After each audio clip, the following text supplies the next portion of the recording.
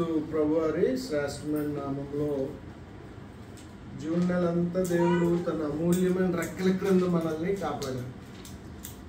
ప్రతి నెల చివరి రోజు మనం ఈ కూడికను పెట్టుకుంటాం. కానీ ఆదివారం పడిపోవడం వల్ల 30వ తారీఖు కాకుండా 28వ తారీఖే ఈరోజు పెట్టుకోవడం జరిగింది.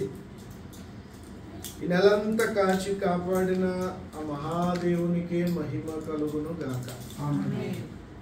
ఈరోజు ఒక అంశాన్ని నేను మీకు చెప్పాలని ఆశపడుతూ ఉన్నాను. అదేంటంటే యేసుక్రీస్తు ప్రభువారి భూమి మీదకి వచ్చి ఒక సమరయ దేశములో ఒక స్త్రీతో ఆయన చెప్పిన మాట ఏంటనంటే, అమ్మా, ఆత్మతో సత్యముతో దేవుడిని ఆరాధించే కాలము వచ్చింది అంటాడు. ఏంతో? ఆత్మతో సత్యంతో.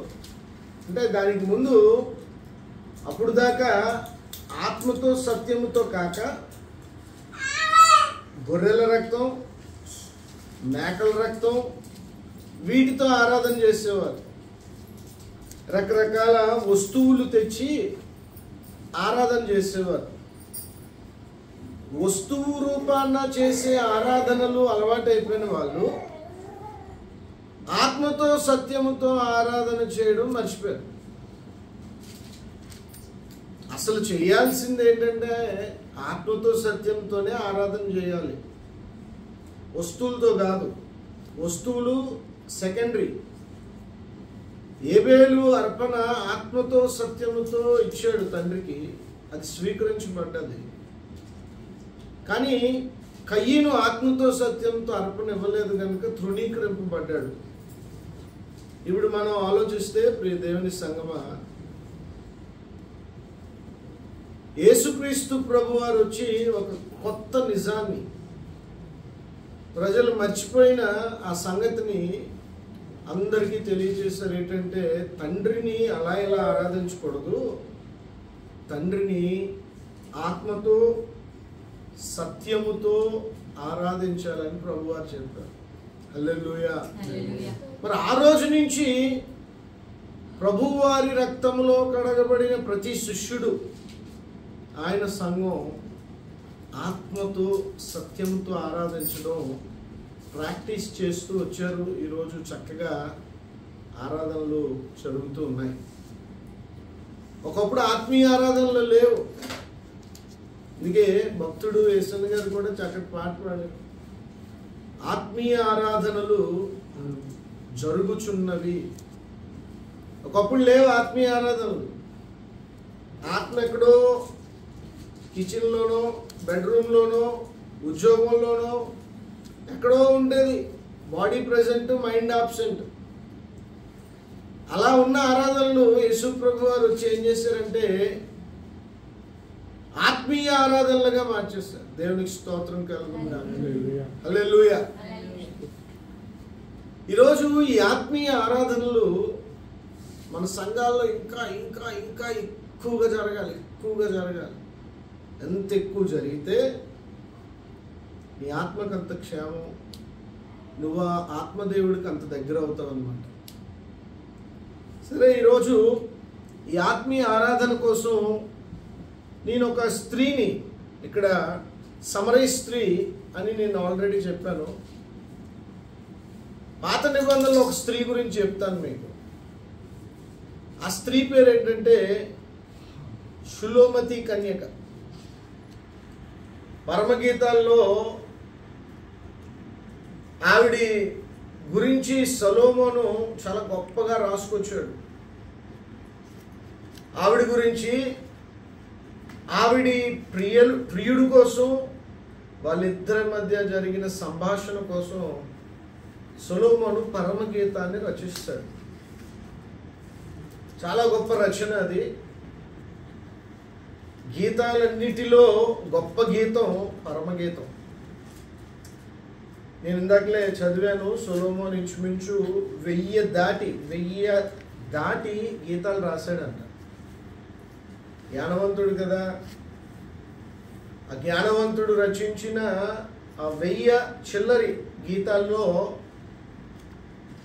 సొలొమోను ఏం పేరు పెట్టాడంటే ఈ గీతానికి, 8 అధ్యాయాల గీతానికి పరమగీతం. రాజులకు రాజులగో, ప్రభువులకు ప్రభువులగో, గీతాలకు పరమగీతము ఈ సొలొమోను రచించిన పరమగీతం, సాంగ్ ఆఫ్ సొలొమోన్.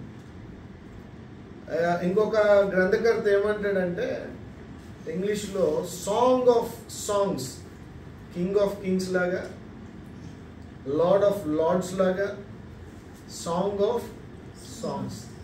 సరే, ఈ డివైన్ టచ్ ఉన్న ఈ యొక్క పరమగీతములో షులోమతి కన్యక ఎలా తన ప్రియుడిని ప్రేమించిందో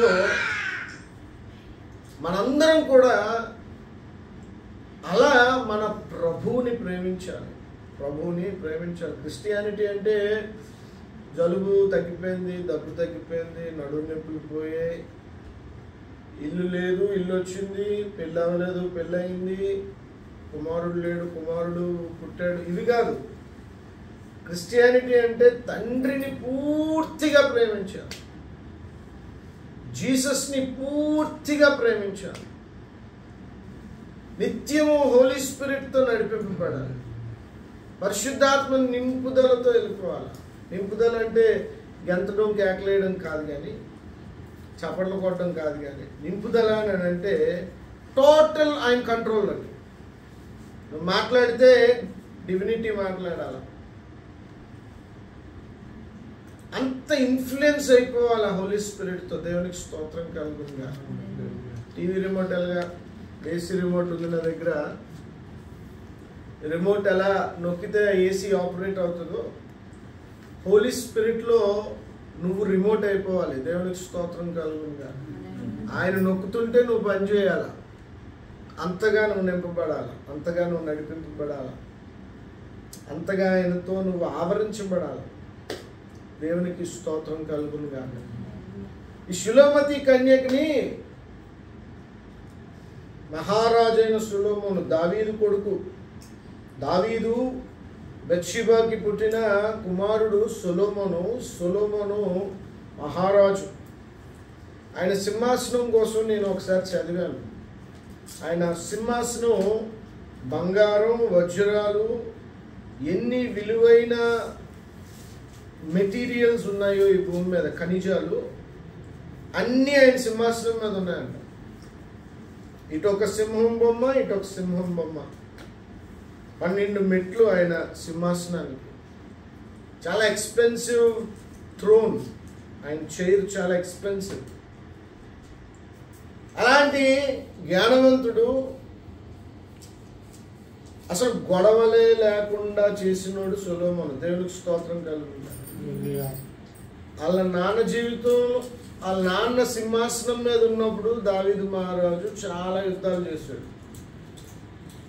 దావీదు కంటే ముందు సౌలు రాజు ఉన్నప్పుడు చాలా యుద్ధాలు జరిగాయి, చాలా ప్రాణహాని, చాలా రక్తం ఏర్లైపారింది.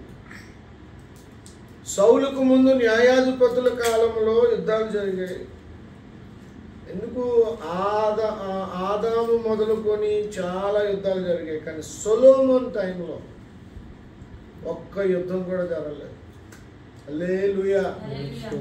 అంటే ఎంత తెలివైనడో చూడండి. మనం ఎలాంటి వాళ్ళం అంటే, గొడవ వస్తే నువ్వెంత నేనెంత చూసుకున్నావు రారా అంటాం, కత్తులు దూగుతాం, మాటలు దూగుతాం, తప్పుడుగా ఆలోచించి అవతల వాడిని ఏదో రకంగా ఎలా పడగొట్టాలో చూస్తాం. సొలొమోన్ ఎంత గొప్పవాడు అంటే దేవుడికే మహిమ. సొలొమోన్ ఎంత మంచివాడంటే అసలు గొడవే లేకుండా చేసేవాడు. అంత గొప్ప దేవుని చేత ఎన్నుకోబడిన మహారాజు సొలొమోను. అయితే ఈ సొలొమోన్ ఏం చేస్తాడనంటే, మహారాజు ఆయన ఏదన్నా చేయొచ్చు. సో ఆయన ఏం చేస్తాడంటే, ఒక పల్లెటూరు నుంచి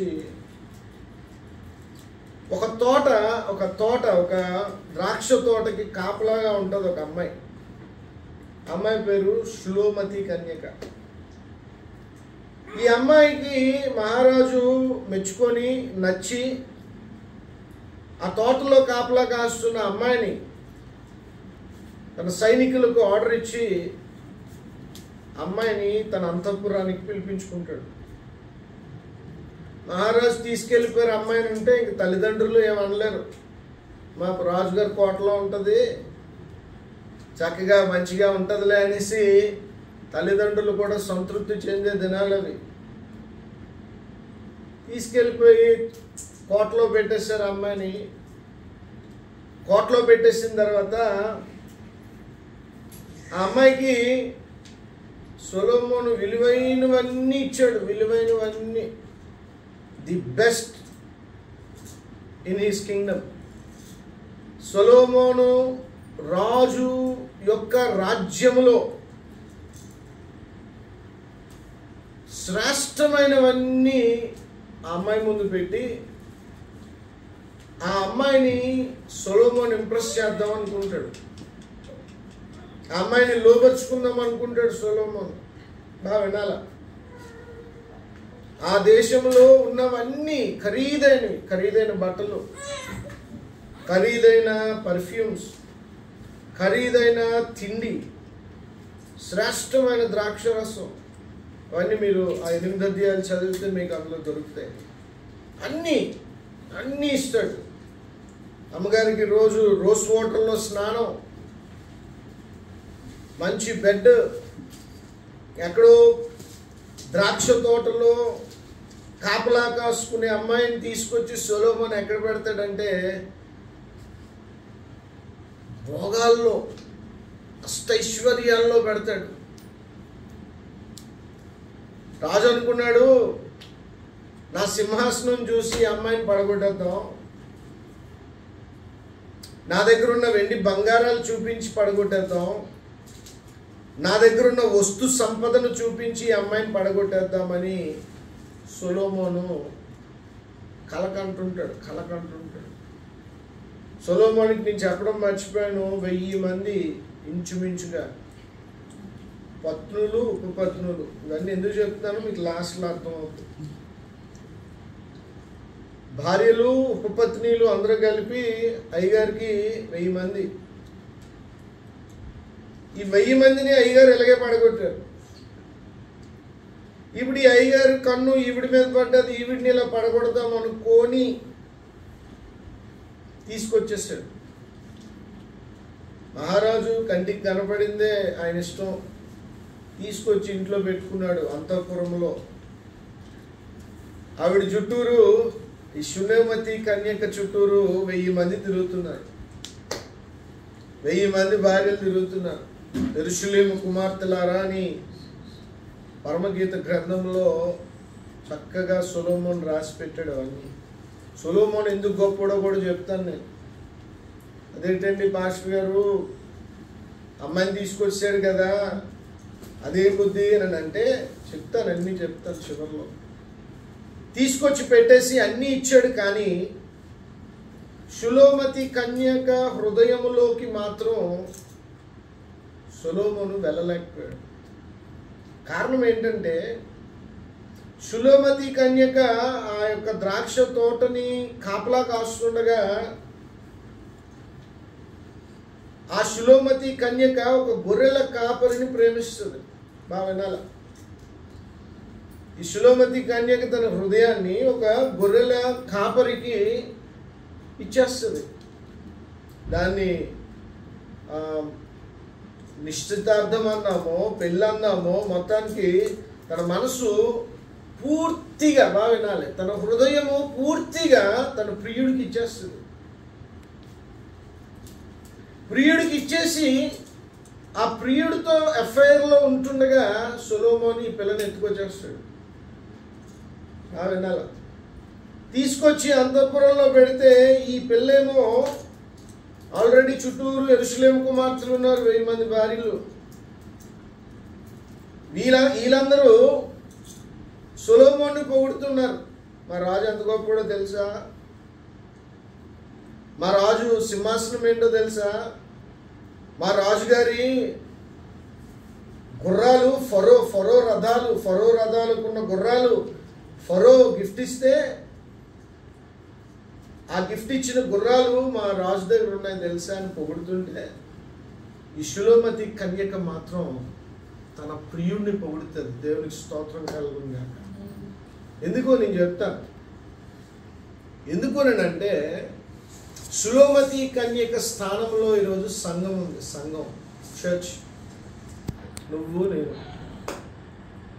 ఈరోజు మనం యేసుక్రీస్తు ప్రభువారితో నిశ్చితార్థం చేయబడ్డాం, బాప్తిజం పొందాం, ఆయన రక్తంలో గడవబడ్డాం.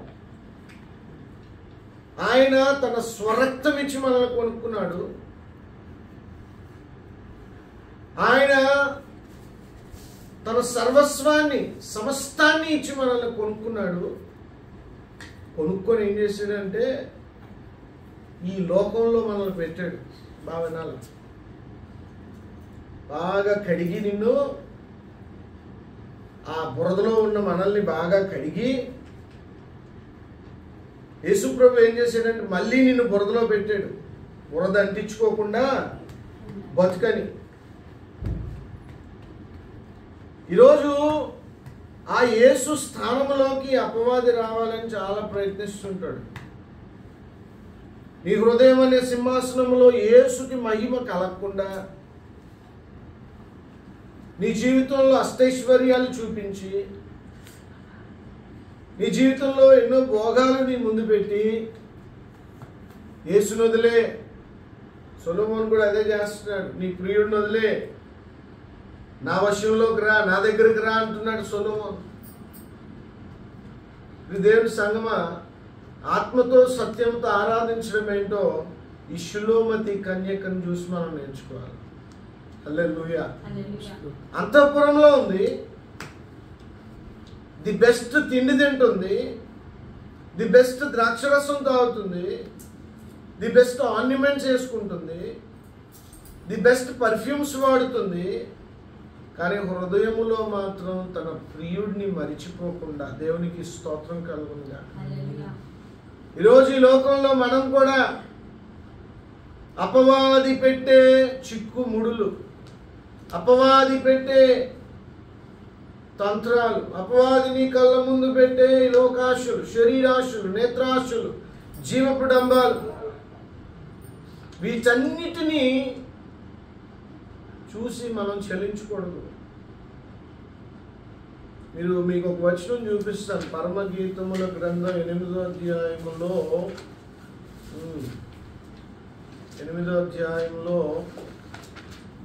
6వ వచనం నుంచి.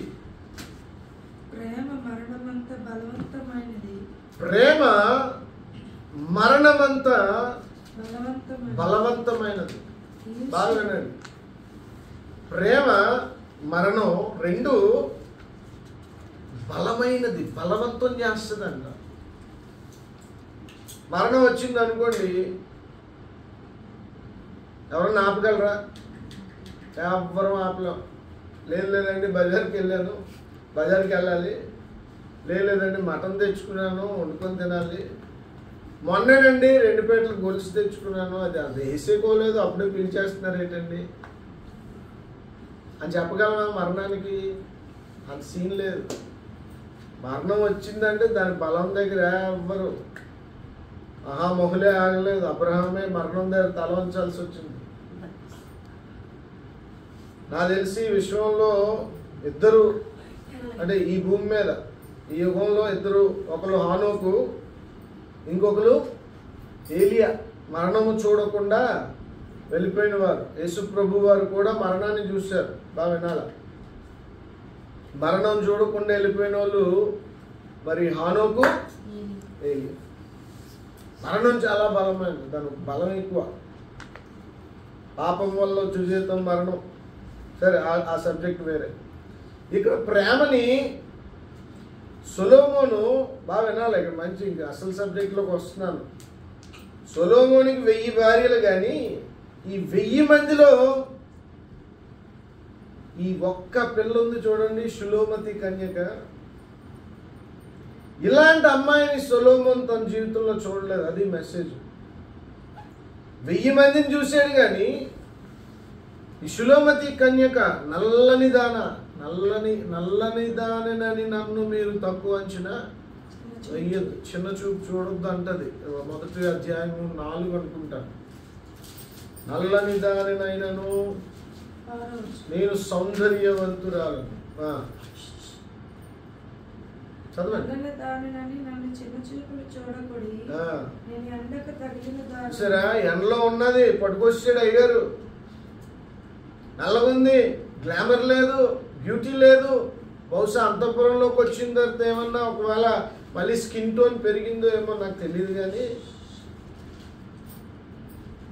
ఆ సులోమతి కన్యకను చూసిన సొలొమోను ఆశ్చర్యపోయాడు. ఎన్ని నెలలు ఉంచాడో, ఎన్ని సంవత్సరాలు ఉంచాడో.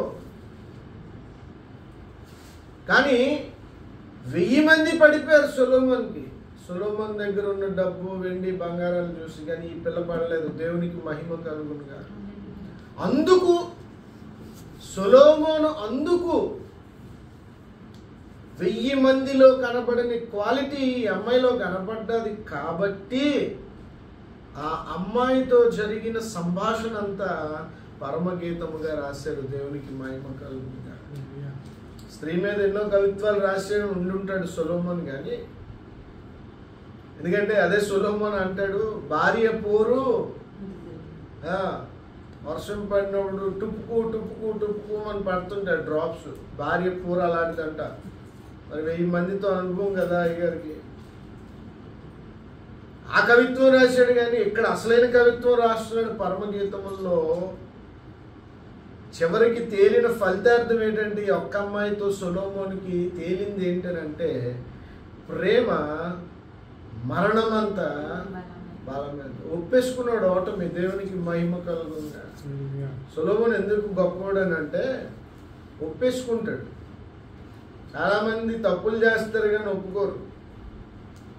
క్రైస్తవుల గురించి మాట్లాడుతుంది, క్రీస్తుని నమ్మిన వాళ్ళ కోసం మాట్లాడుతుంది. అతిక్రమాలు, దోషాలు, తప్పులు అందరూ చేస్తారు కానీ కొందరే ఒప్పుకుంటారు. సౌలుకి తప్పు చేయడమే తెలుసు, దావీదుకి పశ్చాత్తాపడడం తెలుసు. స్తోత్రం చెప్పండి. దావీదుకి తప్పు చేసి రిపెంటెన్స్ అవ్వడం తెలుసు, సౌలుకి రిపెంటెన్స్ తెలియదు, తప్పు చేయడమే తెలుసు. ఈరోజు చాలామంది దేవుని బిడ్డలు కూడా అలాగే ఉన్నారు. ఈ మెసేజ్ ఏంటంటే మనం అలా ఉండకూడదు, తప్పులు ఒప్పుకోవాలి. సొలొమోను ఒప్పుకున్నాడు. ఒప్పుకోవడమే కాదు, మనందరికీ చెప్తున్నాడు. పరమగీతము ద్వారా మనందరికీ చెప్తున్నాడు, నాయనా ప్రేమ మరణము కంటే బలమైనది. అమ్మో సులోమతి కన్యక, నీ ప్రేమ గొప్పదమ్మా. నీ ప్రేమ ముందు మహారాజుగా నేను ఓడిపోయాను. శబాష్. ఎంత బలం ఉంటుందో ప్రేమలో. క్రీస్తుని నువ్వు నానాటికి ప్రేమించడం, లోతుగా, ఎత్తుగా, వెడల్పుగా, పొడుగ్గా నువ్వు ఆయన ప్రేమలో ఎదుగుతున్న కొద్ది ఆ బలం ఏంటో నీకు అర్థమవుతుంది. దేవునికి మహిమ కలుగుతుంది. ఎదగాల, ప్రేమలో ఎదగాల, క్రీస్తు ప్రేమలో ఎదగాల. ప్రేమ నీలో కనపడాలా, నీ ద్వారా కనపడాలా. ప్రభు కూడా ఇచ్చిన ఆజ్ఞలు అవే కదా. 2 ఆజ్ఞలు ఇచ్చారు. తండ్రిని ప్రేమించు, నిన్ను వలె ఇరుగు పొరుగు వారిని ప్రేమించు. 3వది ఇచ్చారు, తండ్రి నిన్ను ఎలా ప్రేమించాడు కాదు, నేను మిమ్మల్ని ఎలా ప్రేమించానో మీరు వెళ్ళి ఇతరులను అలా ప్రేమించు. 3 ఆజ్ఞలు ఇచ్చారు ప్రభు. అంటే ప్రేమ. ఈ 3 ఆజ్ఞల్లో కామన్ ఏంటంటే ప్రేమ, లవ్. ప్రేమ మరణమంత బలమైందంట. నేను ఒక అడుగు ముందుకేసి ఇంకో మాట చెప్తాను. ప్రేమ మరణము కంటే బలమైనది. నేను చెప్తున్న రెవల్యూషన్. ప్రేమ శాశ్వత కాలం ఉంటుంది. హల్లెలూయా. ప్రేమ, విశ్వాసము, నిరీక్షణ. ఈ 3 గొప్పది ఏంటంటే ప్రేమే. అంటే సొలొమోన్ రాసిన దానికి అప్డేట్ ఇదేంటంటే ప్రేమ మరణము కంటే గొప్పది, బలమైనది, శక్తివంతమైనది. ప్రేమ రాజ్యం. అందుకే ప్రభువారు వచ్చి నేను నిన్ను ప్రేమిస్తున్నా. చాలా మంది కార్ల మీద రాయించుకుంటారు, జీసస్ లవ్స్ యూ. దేవుడు ఈ లోకమును ఎంతో ప్రేమించాడు. ఆ ప్రేమలో కలిసిపోవాలా. మరి ద్వేషాలు ఎందుకు వస్తున్నాయి? ద్వేషాలు రాకూడదు. ద్వేషం అనేది క్రీస్తు రక్తంలో కడగబడిన శిష్యులకు ఉండకూడదు. We should be filled with love. ప్రేమలో ప్రేమలో ప్రేమలో ప్రేమ అంట లాక్కొస్తుందంట. దేవునికి స్తోత్రం కలుగుతుందిగా. హల్లెలూయా. సొలొమోను ఒప్పేసుకున్నాడు, అమ్మా నీ ప్రేమ గొప్పది తల్లి, నా ఐశ్వర్యం గొప్పది కాదు, నా అందం గొప్పది కాదు, నా పరపతి గొప్పది కాదు, నా అంతస్తు గొప్ప కాదు, నీ ప్రేమే గొప్పది. సంఘంతో రేపు సాతాను కూడా ఈ మాట చెప్పాలా, కానీ వాడు ఒప్పుకోడు కదా. సొలొమోను అంటే ఒప్పుకున్నాడు, కానీ రేపు లూసిఫర్ ఒప్పుకుంటాడా? ఒప్పుకోడు. వాడు రియలైజ్ అవుతాడా? అవడు. వాడు రిపెంట్ అవుతాడా? అవడు. సరే, వాడి సంగతి వదిలేద్దాం. ఇక్కడ మనం సొలొమన్ కన్ఫెషన్ని మనం ఆయన రికార్డ్ చేసాడు కదా, ఆ రికార్డుని చూద్దాం.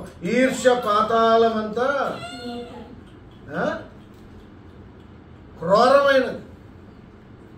ఈర్ష్య అంటే ఎలాంటిదండి? పాతాళం అంతా కఠోరమైనది. సారీ, తెలుగు నాకు చిన్న మిస్టేక్. కఠోరమైనది, క్రూరమైనది. ఈర్ష్య ఎవరిది? ఈర్ష్య చెప్పాలా? సొలొమోనుది. తన గురించి తానే చెప్పుకుంటున్నాడు, నా ఈర్ష్య పాతాళమంతా ఘోరమైనది. ఈర్ష్యతో తీసుకొచ్చేసిన ఈ అమ్మాయి ఎంత విశ్వాసము, ఎంత నిరీక్షణ, ఎంత నమ్మకంతో ఇంత 1000 మంది ముందు యెరూషలేము రాజకుమార్తెలు అయిపోయారు. ఇప్పుడు వాళ్ళు కింగ్ బ్లడ్, రాజరికపు రక్తం ప్రవహిస్తుంది. ఫారెన్ లేడీస్ ఉన్నారు, అందులో రాజకుమార్తెలు వచ్చేసారు సొలొమోన్ గారికి. వీళ్ళందరి ఇన్ఫ్లుయెన్స్ని సులోమతి కన్యక ఇన్ఫ్లుయెన్స్ అవ్వలేదండి. వాళ్ళ ద్వారా ప్రభావితం అవ్వలే. తనకు ఒక డెడికేషన్ ఉంది, తనకు ఒక గురు ఉంది, తనకు ఒక నమ్మకం ఉంది. నా ప్రియుడి దగ్గరకు నేను వెళ్తాను, నువ్వేమన్నా చేసుకో సొలొమోను, నువ్వేమన్నా చేసుకో, నేను మాత్రం నీకు లొంగను. నువ్వు రాజువే, నీ గౌరవం నీకు ఇస్తా మహారాజుగా, కానీ నా ప్రియుడిని మాత్రం నేను మర్చిపోను. దేవునికి స్తోత్రం కలుగుగా. చూడండి, సొలొమోను ఎంత గొప్ప దేవుని దాసుడు, మహారాజు అంటే. చూడండి, తన తప్పు తను ఒప్పుకుంటున్నాడు. ఈర్ష్య పాతాళం అంతా కఠోరమైనది, కఠినమైనది. దాని జ్వాలలు అగ్ని జ్వాల సమానముల ఏంటన్నది సమములు. దేనివంట చెప్పాలా? ఈర్ష్య యొక్క జ్వాలలు అగ్ని జ్వాల సమానము. అది యెహోవా పుట్టించు జ్వాల. నీ హృదయము మీద నన్ను నామాక్షరముగా ఉంచుము. దేవునికి మహిమ కలుగును గాక. ప్రేమ యెహోవా వెలిగించింది. ఈ యెహోవా వెలిగించిన ప్రేమ అనే జ్వాల, దేవుని సంగమా, అది నీలో ఎప్పుడు మండుతూనే ఉండాలి. నువ్వు మండాలా, ఇతరులను మండించాలా. అది యెహోవా వెలిగించిన జ్వాల. ఆ జ్వాల ప్రేమను చూడండి, అగ్నితో పోలుస్తున్నాడు దేవుడు. ప్రేమ కొంచెం వీక్గా కనపడినా అండి, దాని స్ట్రెంగ్త్ చాలా గొప్పది. యేసుక్రీస్తు ప్రభు వారు ప్రేమతోనే ఈరోజు భూప్రపంచం మీద 60% మందిని ఆయన గెలుచుకున్నాడు. దేవునికి మహిమ కలుగుగా. ఎంత మంచి దేవుడు, ఎంత గొప్ప దేవుడో చూడండి. యేసు ప్రభు వారు ప్రేమ, అది యెహోవా వెలిగించు జ్వాల. ఓకే, యెహోవా పుట్టించు జ్వాల. నీ హృదయము మీద నన్ను నామాక్షరముగా ఉంచుము. నీ భుజమునకు నామాక్షరముగా నన్ను ఉంచుము. అగాధ సముద్ర జలములు ప్రేమను ఆర్పజాలదు. చూడండి ఎలాంటి స్టేట్మెంట్. సముద్రము, అగాధ సముద్రము ప్రేమను ఆర్పజాలలేదంట. నదీ ప్రవాహములు దాన్ని ఉంచి వేయజాలవు. అంతేకాదు, చూడండి ఎలాంటి స్టేట్మెంట్ అది. నేను ఈరోజు సాయంత్రం ఏదో ధ్యానిస్తుంది, చాలా షాక్ అయ్యాను. ప్రేమకై ఒకడు తన స్వాస్థ్యం అంతా ఇచ్చినను తిరస్కారముతో అతడు తన గురించి తాను చెప్పుకుంటున్నాడు. అంతా ఇచ్చాడంట, స్వాస్థ్యం ఇచ్చేసాడంట. చూడండి ఆ మాట మళ్ళీ, తన స్వాస్థ్యం అంతా ఇచ్చినను ఇన్ రిటర్న్ ఏమొచ్చిందమ్మా? తిరస్కారం, రిజెక్షన్. నీ జీవితంలో సొలొమోను తన అంతఃపురంలో అబ్జర్వ్ చేసిన విషయం చూడండి. మీరేమనుకోద్ది మాట అంటున్నాను. సొలొమోను ఆమె నుంచి కోరుకున్నది సుఖం, కామం, కానీ అది దొరకలేదు. పోగా అందులోనే దేవుడు సొలొమోనుకి బుద్ధి చెప్పాడు. దేవునికి మహిమ కలుగు. బుద్ధి చెప్పి ఏం చేశాడనంటే, ఆ యొక్క లస్ట్ఫుల్ యాక్ట్ని దేవుడు పక్కకి తప్పించి అదే ఒక ఆధ్యాత్మిక పాఠంగా దేవుడు చేశాడు. దేవునికి మహిమ కలుగునుగా. పొలం ఉన్నప్పుడు, ధనం ఉన్నప్పుడు, అన్నం ఉన్నప్పుడు అటు ఇటు వెళ్ళాలనే ఆలోచన వస్తుంది. కానీ దేవుడు బుద్ధి చెప్పినప్పుడు, ప్రియ దేవుని సంగమా, ఇగో సొలొమోను నేర్చుకున్న పాఠాలు చూడండి, ఎంత మంచి పాఠాలు. తన స్వాస్థ్యం అంతా ఇచ్చినప్పటికీ కూడా ఇన్ రిటర్న్ షులోమతి కన్యక రిజెక్ట్ చేసింది. దేవునికి స్తోత్రం కలుగుతుంది. యేసు ప్రభువుని ఆ పినకల్ ఆఫ్ ద టెంపుల్ మీదకి తీసుకెళ్తాడు దుష్టుడు. ఇదంతా రాసిచ్చేస్తాను, నువ్వు గనక నాకు సాష్టాంగపడి నమస్కారము చేసి. రిజెక్ట్ చేశాడు యేసు ప్రభు. దేవునికి మహిమ కలుగునుగా. ఈరోజు మనం కూడా రిజెక్ట్ చేయాలి. జీసస్, తండ్రి, కుమార, పరిశుద్ధాత్ముడు నీకు ఇచ్చిన రక్షణ విషయంలో ఏదొచ్చినా దాన్ని రిజెక్ట్ చేయాలి. అదే ఆరాధన. ఆరాధన అంటే నీ హృదయంలో ఆయనకు అన్నిటికంటే ఎక్కువ స్థానం ఇవ్వడమే ఆరాధన. నువ్వు ముందు ఆయన స్థానం ఆయనకి ఇస్తే, నువ్వు పాడే పాటలో ఆయన ఉంటాడు, నువ్వు మాట్లాడే మాటలో ఆయన ఉంటాడు, నువ్వు ప్రార్థించినప్పుడు నీ మొర ఆయన వింటాడు. హల్లెలూయా. వర్షం ఆగిపో 3.5 సంవత్సరాలు అనగానే ఆగిపోయింది. ఎందుకు ఆగింది? ఎందుకంటే ఆ భక్తుడు యెహోవా తండ్రిని అంత ప్రేమించాడు. అది ఆత్మతో, సత్యముతో. సరే, ఎక్కడి నుంచి ఎక్కడికి తీసుకెళ్లారు హోలీ స్పిరిట్? సమరయ స్త్రీ నుంచి షులోమతి కన్యక. ఓకే, ఇది ఒక ఇద్దరు వ్యక్తుల మధ్య జరిగిన ప్రేమ వ్యవహారం. కానీ ఇది ఎందుకు రాశాడు సొలొమోను అంటే, ఆస్తంతా ఇచ్చిన ఒక అమ్మాయిని నేను గెలలేకపోయాను, ఆ అమ్మాయి హృదయంలో ఉన్న ప్రియుడిని బట్టి.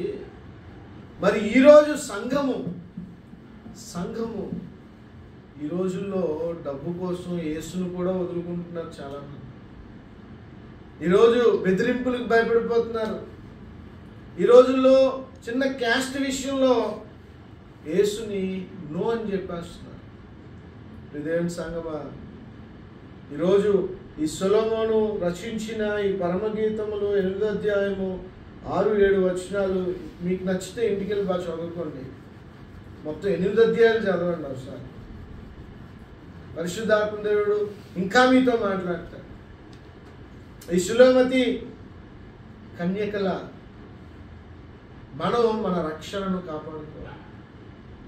ఎన్ని శోధనలు మనకు ఎదురైనా, ఎన్ని బాధలు మనకు ఎదురైనా, దేవుని సంగమా, అపోస్తులుడైన పౌలు అంటాడు కదా, క్రీస్తు ప్రేమ నుండి నన్ను ఎడబాపువాడు ఎవరు? ఎవరైనా ఉన్నారా? చివరికి అది కానీ చదివితే అమ్మా చూడండి, రోమిల్కి రాసిన పత్రిక చదివి వీలైతే ముగించేసుకుందాం. రోమిల్కి రాసిన పత్రిక 8వ అధ్యాయం తీయండి. చూడండి, మంచి మాటలు నేను చదువుతాను, మీరు జాగ్రత్తగా వినాలని ప్రేమతో నీకు మనవి చేస్తూ ఉన్నాను. 8వ అధ్యాయము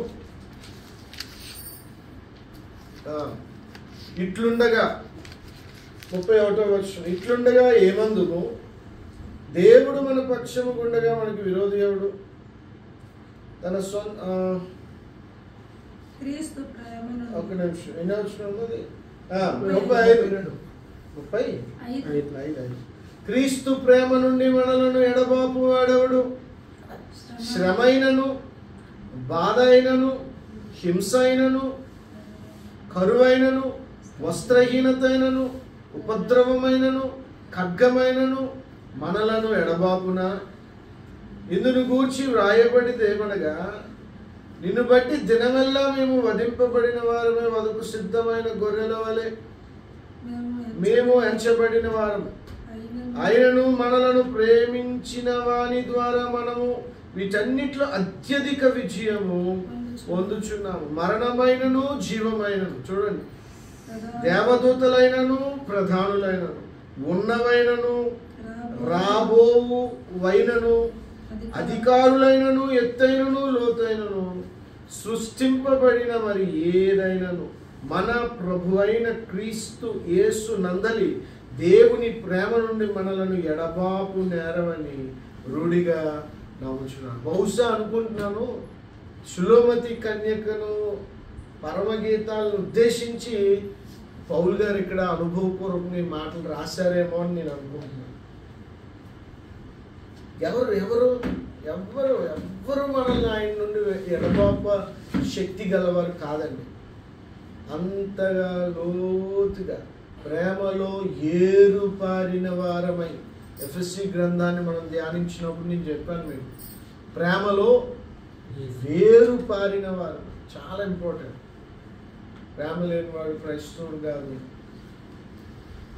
ప్రేమ లేనివాడు క్రైస్తవుడు కాదు. కనుక ఆయనలో ఆ ప్రేమ, మరణము కంటే బలమైన ప్రేమను మనం కలిగి ముందుకెళ్దాం. అటు కృప ప్రభు మనందరికీ సమృద్ధిగా ఇచ్చి నడిపించునుగాక.